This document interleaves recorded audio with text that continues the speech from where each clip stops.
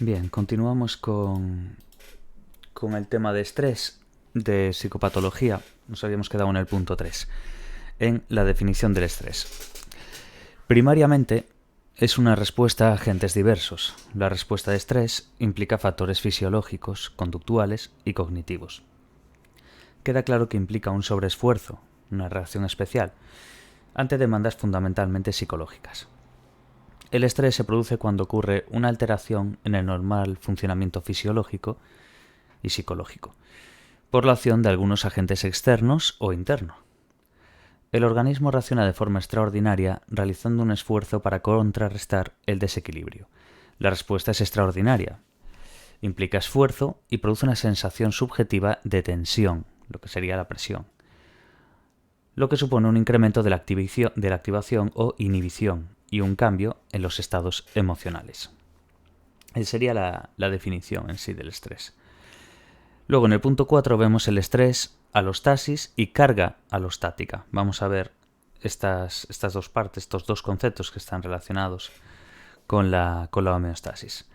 Vale, en el estrés las demandas de la situación son excepcionales y amenazan, exceden, los recursos y equilibrio natural del organismo, tanto a nivel de sociedad como de comunidad o de individuo. Algunos autores enfatizan sobre dos conceptos relacionados con la homeostasis, la alostasis y la carga alostática. ¿Qué sería la alostasis? Se refiere a cómo el organismo logra mantener la estabilidad a través de los cambios y ajustes continuados. Implica mecanismos de todo el organismo que afrontan las demandas ambientales para adaptarse al entorno en constante cambio y a los desafíos en los procesos de regulación. Es un concepto dinámico que se centra en la estabilidad a través del cambio. Se relaciona con la dinámica de la evolución y la selección natural. Por ejemplo, si una persona se topa con una serpiente, experimentará una respuesta aguda de estrés, lucha, huida. El organismo trata de adaptarse a una situación amenazante y a otras posibles del medio, que es cambiante por naturaleza. El concepto de homeostasis proporcionaría una idea más rígida y estática de la autorregulación por mantener las constantes fisiológicas en unos límites, la temperatura, el pH. ¿Y qué sería la carga alostática? Se refiere al coste biológico de esos ajustes, a las consecuencias de la activación mantenida de los sistemas regulatorios primarios, mecanismos neuroendocrinos e inmunológicos, que sirven a la alostasis en el tiempo, es decir, a la carga acumulativa sobre los sistemas corporales que contribuirían al trastorno y la enfermedad. Básicamente es eso, es la carga acumulativa sobre los sistemas corporales que acaban contribuyendo lógicamente al trastorno y la enfermedad. Básicamente es el coste biológico de esos ajustes, es la carga alostática. Vale, ¿cuáles serían las teorías basadas en el estímulo? Basándose en el estímulo, se entiende el estrés en términos de características asociadas a los estímulos del ambiente, que perturban o alteran el funcionamiento del organismo. El estrés se localiza fuera del individuo, al contrario de los modelos centrados en la respuesta. El strain es el aspecto correspondiente a la persona. El estrés sería una variable independiente. En el enfoque anterior sería una variable dependiente. Entonces quedémonos bien con esto, ¿vale? Este estrés como una variable independiente, ya que en el enfoque anterior pues lo vimos más bien como una variable dependiente. Vemos en esta figura, en la 12.3, los modelos prototípicos del estrés basado en la respuesta, lo que sería el modelo A, estresor-estrés, y en el estímulo, que es en el que estábamos dando ahora, el modelo B, que sería estrés-strain. Los modelos focalizados en el estímulo son todo esto adaptado de Cox, que ya lo vimos antes, pero bueno, que para que quede claro. Los modelos focalizados en el estímulo son una analogía del modelo de la ingeniería basado en una ley física, lo que sería la ley de la elasticidad de Hooke, donde las fuerzas, lo que es la carga, producen deformaciones en los metales. El estrés, que es la carga o la demanda que ejerce sobre el metal, produce deformaciones, un strain, una distorsión de dicho metal. Así que básicamente se basa en eso, en una ley física, que muchos conoceréis, imagino, que es la ley de la elasticidad de Hooke. Vale, por su analogía, bueno, por analogía, con estos sistemas físicos, de todos modos, nos quedaría entender la parte de que si esta distorsión, este strain, cae dentro de los límites de elasticidad del metal, en cuanto desaparezca el estrés, el material que va a hacer, pues va a volver a su estado original. Si el strain sobrepasase esos límites, ¿qué pasaría? Que habría unos daños permanentes en ese metal, por seguir con la metáfora. Entonces hay que entender cómo si la distorsión está dentro del límite que es capaz de soportar dicho metal, una vez quites el estrés, el strain, bueno, y demás, el material va a volver a su estado original. ¿Qué pasaría si el strain, si esta distorsión, esa carga, bueno, sí, básicamente esa distorsión, esa fuerza que cae sobre el metal es mayor que el límite que es capaz de soportar dicho metal? Pues que aparecerán daños permanentes. Pues aquí es la misma lógica.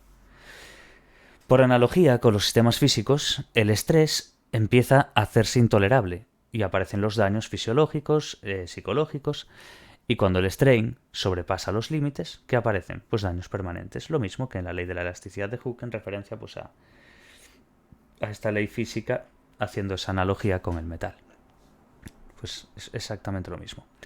Los modelos de estrés basados en el estímulo se circunscriben al enfoque psicosocial del estrés o enfoque de los sucesos vitales. Muy importante esto, ¿vale? Estos modelos de estrés están basados en el estímulo, como ya hemos visto en este apartado, en el B. Estrés, strain. Lo que vimos antes era el estresor, estrés, el que tenía el estrés psicológico y el fisiológico, ¿os acordáis? Vale, teorías basadas en la interacción, muy interesante esto.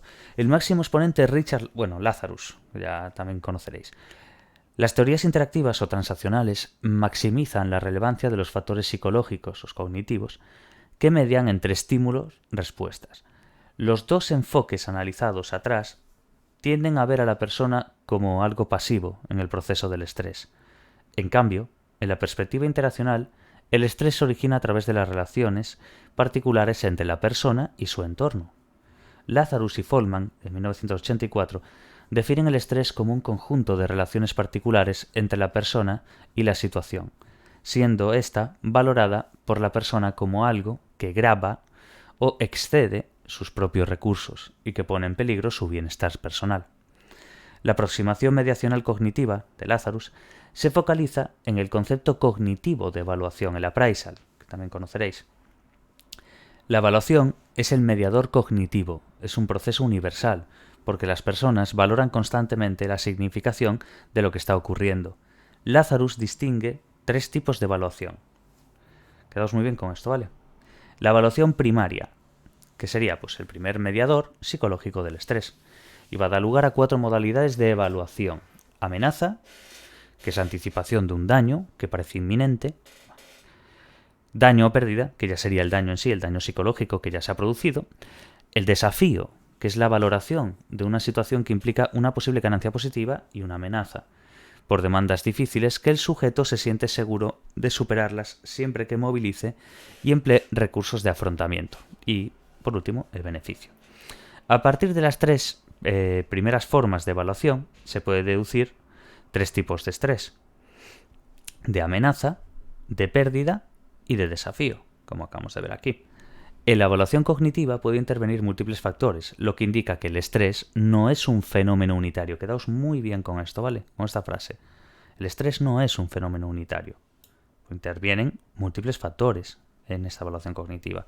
Lazarus descarta que el estrés sea una mera forma de activación. 2. Evaluación secundaria.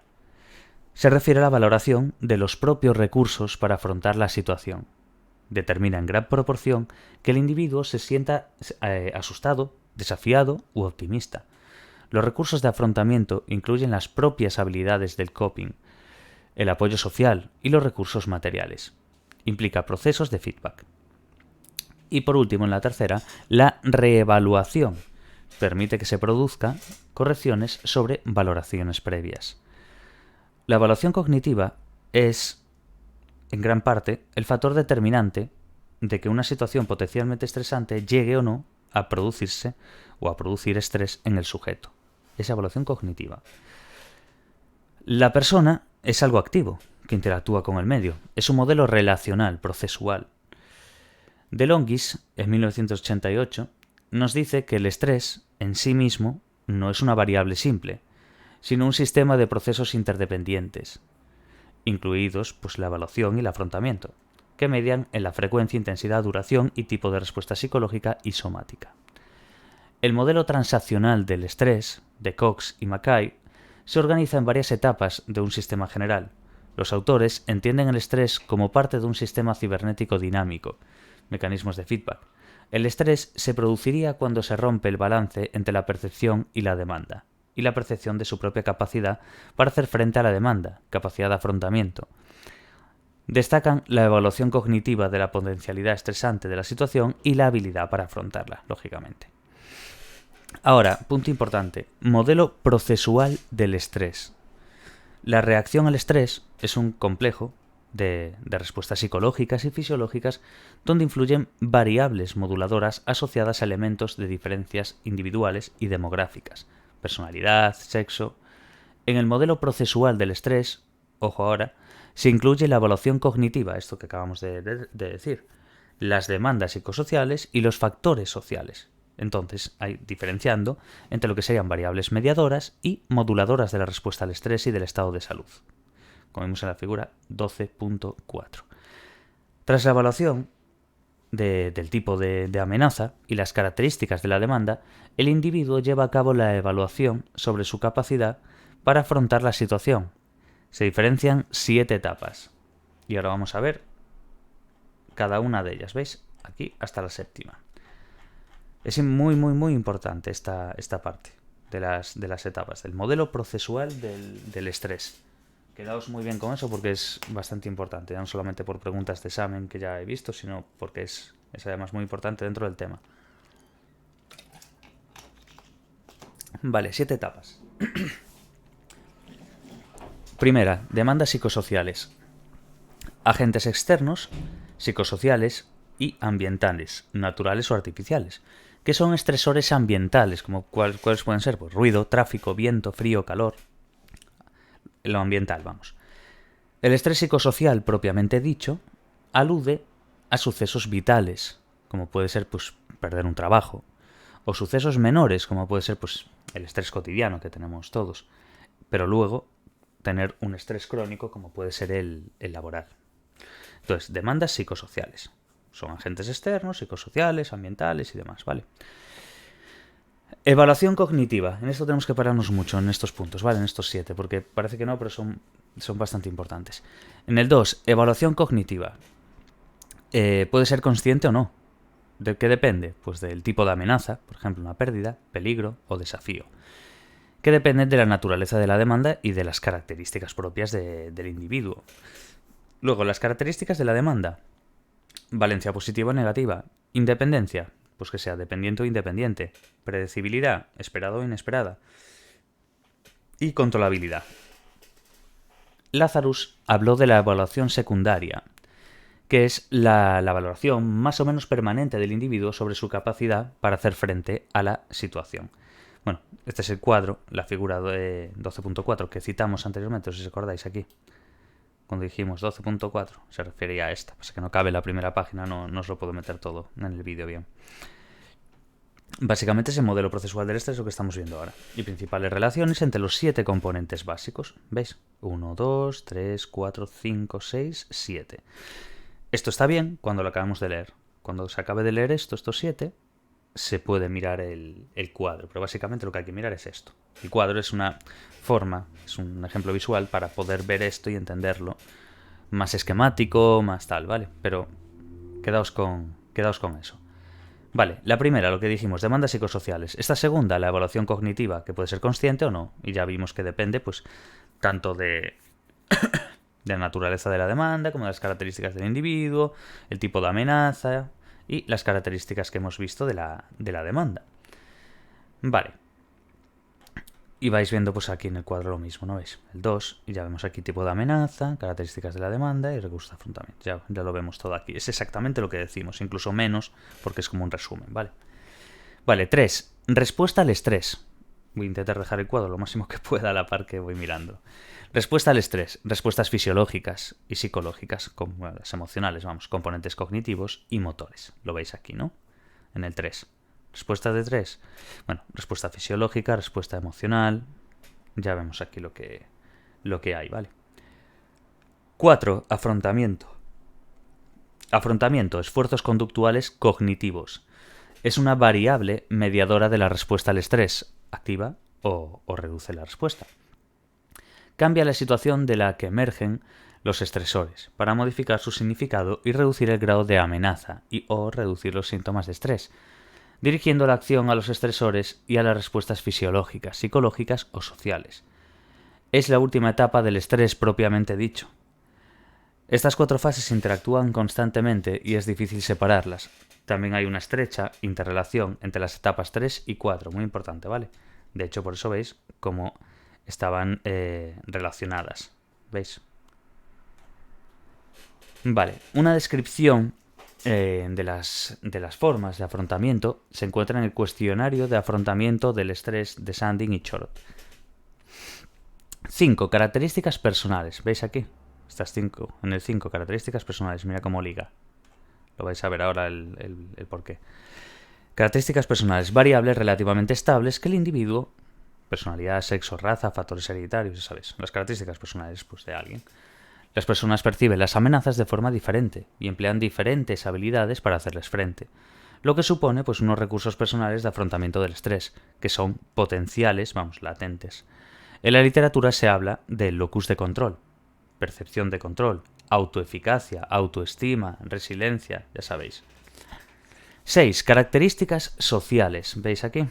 Apoyo social, nivel socioeconómico, redes sociales, bueno, lo vamos a ver acá ahora. Características sociales. Apoyo social. Es ayuda percibida y la ayuda recibida. Recursos que el individuo utiliza para hacer frente a los problemas. Tiene implicación conjunta con las redes sociales. También depende de la personalidad del individuo. Hay relación positiva entre extraversión y tamaño de la red social o disponibilidad de apoyo. Y de las habilidades interpersonales. Por ejemplo, una excesiva demanda de apoyo, un exceso de dependencia, empobrece las redes de apoyo disponibles. De la misma manera, la calidad del apoyo social influye en la personalidad, cuando hay reciprocidad, Por ejemplo, pues el apoyo social potencia la autoestima. Nivel socioeconómico. Un estatus socioeconómico bajo se asocia a más estresores psicosociales, lógicamente también. Y redes sociales. Totalidad de los recursos sociales de que dispone potencialmente el individuo. La pertenencia al grupo ayuda a manejar la información del estrés y a incrementar la autoestima y los efectos del mismo. Y por último, en el 7, si no recuerdo mal, es el último, sí, estatus de salud que vemos aquí, vamos a verlo ahora aquí. Aquí está. Estatus de salud. Es el resultado del proceso del estrés.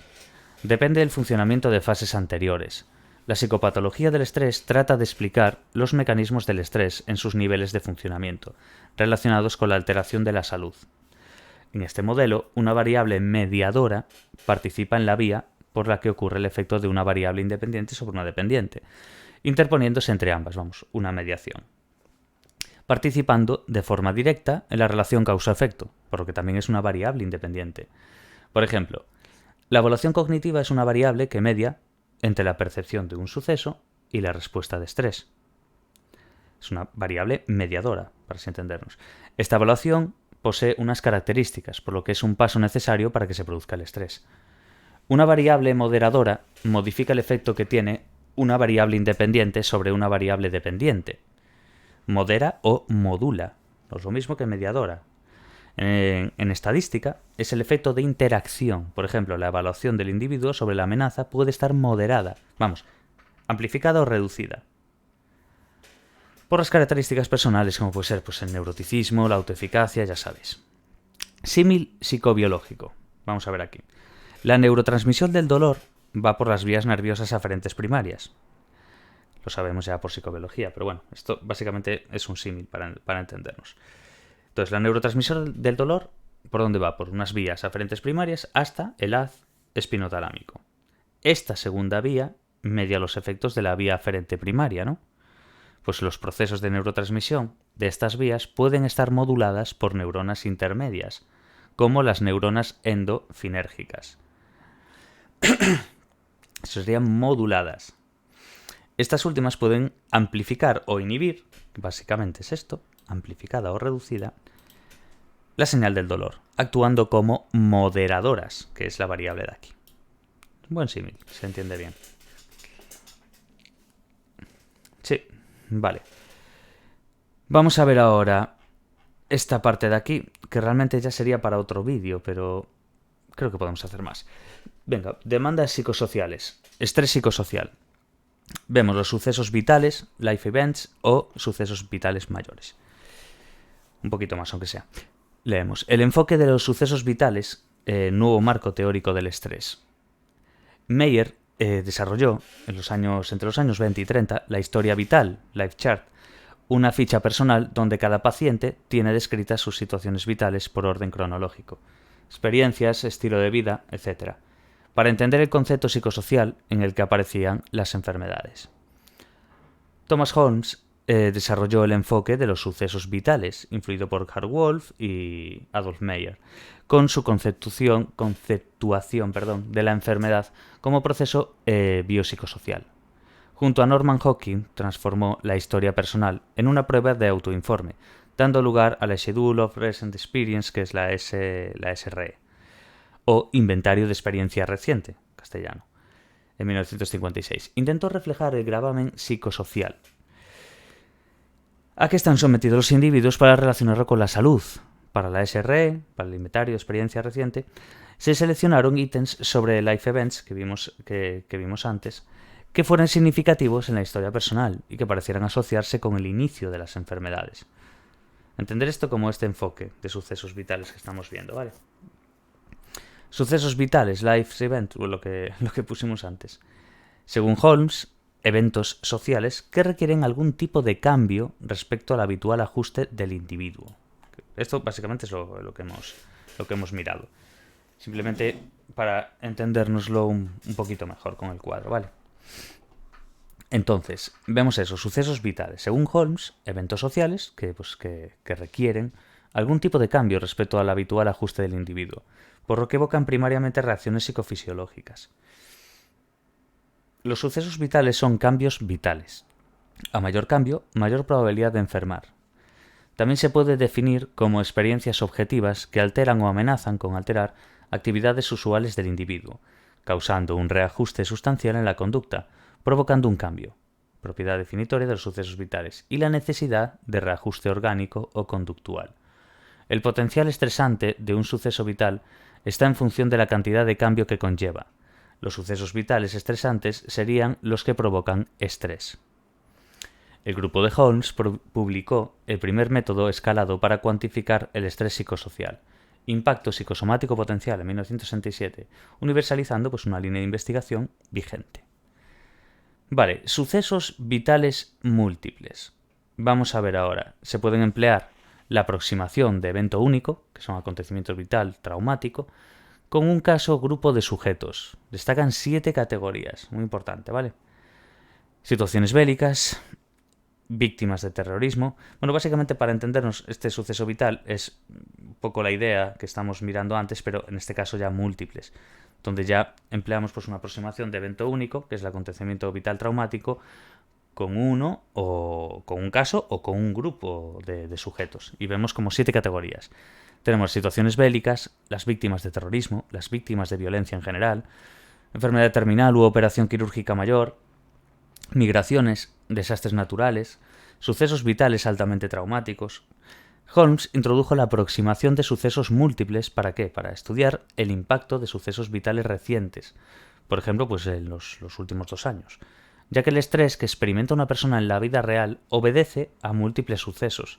Rara vez es un solo evento durante un tiempo más o menos largo.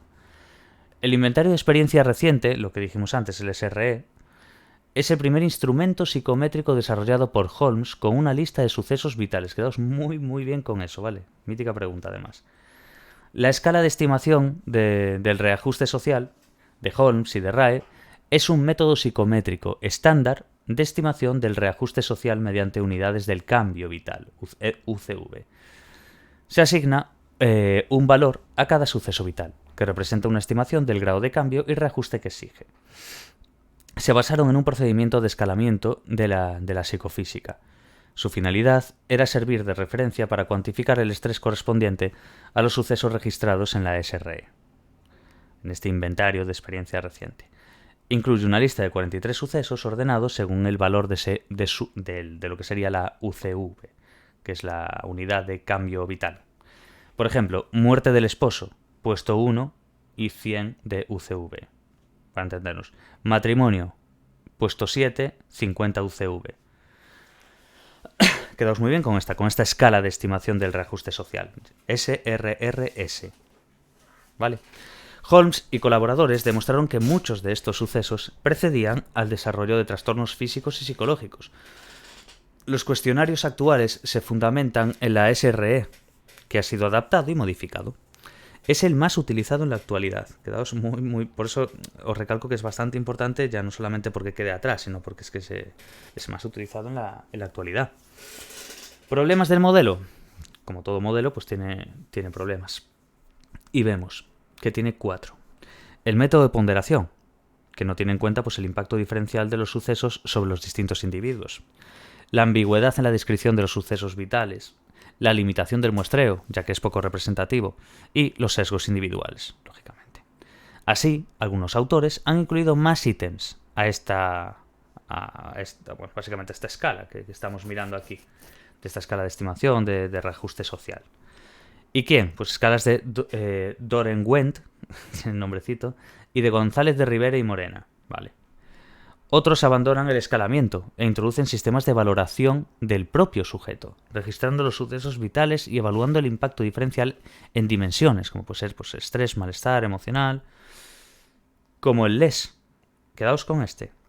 Life Experience Survey y el cuestionario de sucesos vitales, el CSV, de Sandin y Chorot, que lo citamos anteriormente, si os acordáis. También surgieron métodos de entrevista estructurada, contextual, vamos, para mejorar el procedimiento descriptivo, como pues la de Brown y Harris o la de Peikel. El CSV se desarrolló originalmente en 1987 y actualmente consta de 60 sucesos vitales en 9 áreas psicosociales. ¿Veis ahora las áreas? Trabajo, relaciones de pareja, vivienda legal social, pérdida laboral, ingresos, salud familia, salud propia, familia e hijos y miscelánea. Ya veis. Después, sucesos vitales y salud. La cuantificación del estrés, midiendo los sucesos vitales, puede hacerse en cuanto a su ocurrencia, sobre la base de sistemas escalados, según el UCV, como vimos, y ponderados por el propio individuo. A mayor UCV, mayor riesgo de desarrollar el trastorno, ya se entiende. Pues mayor o igual a 300 UCV es un 80% de posibilidades de enfermar en un futuro cercano. La mitad de esto, partiendo desde la mitad, desde 150 hasta 229, 230, un 50%. Y menos del 150 UCV es un 30%.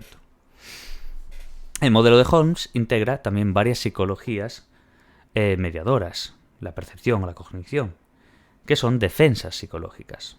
Esto es importante, ¿vale? Enfoque del role strain. Los sucesos vitales producen un cambio en los patrones en curso, pensamientos, circunstancias. El role strain es tensión o estrés de rol, vamos. Es decir, los sucesos actúan sobre la salud a través de los problemas o dificultades de forma indirecta. Es equivalente a los trabajos de Lazarus, en que los sucesos vitales pueden inducir incrementos en la ocurrencia de acontecimientos diarios. Vale, vamos a dejarlo ya por aquí. Mirad, hemos dado esta parte de acordarse de las demandas psicosociales, del estrés psicosocial. Ya vimos los sucesos vitales. Muy importante esta parte que dimos entera de la escala de la estimación del reajuste social y cómo se sigue utilizando, cómo se fue añadiendo más y demás, ¿vale? Nos lo dejamos por aquí exactamente. Sucesos menores, estrés diario o microeventos. Vale, pues hasta el próximo vídeo y mucho ánimo a todos. Chao, chao.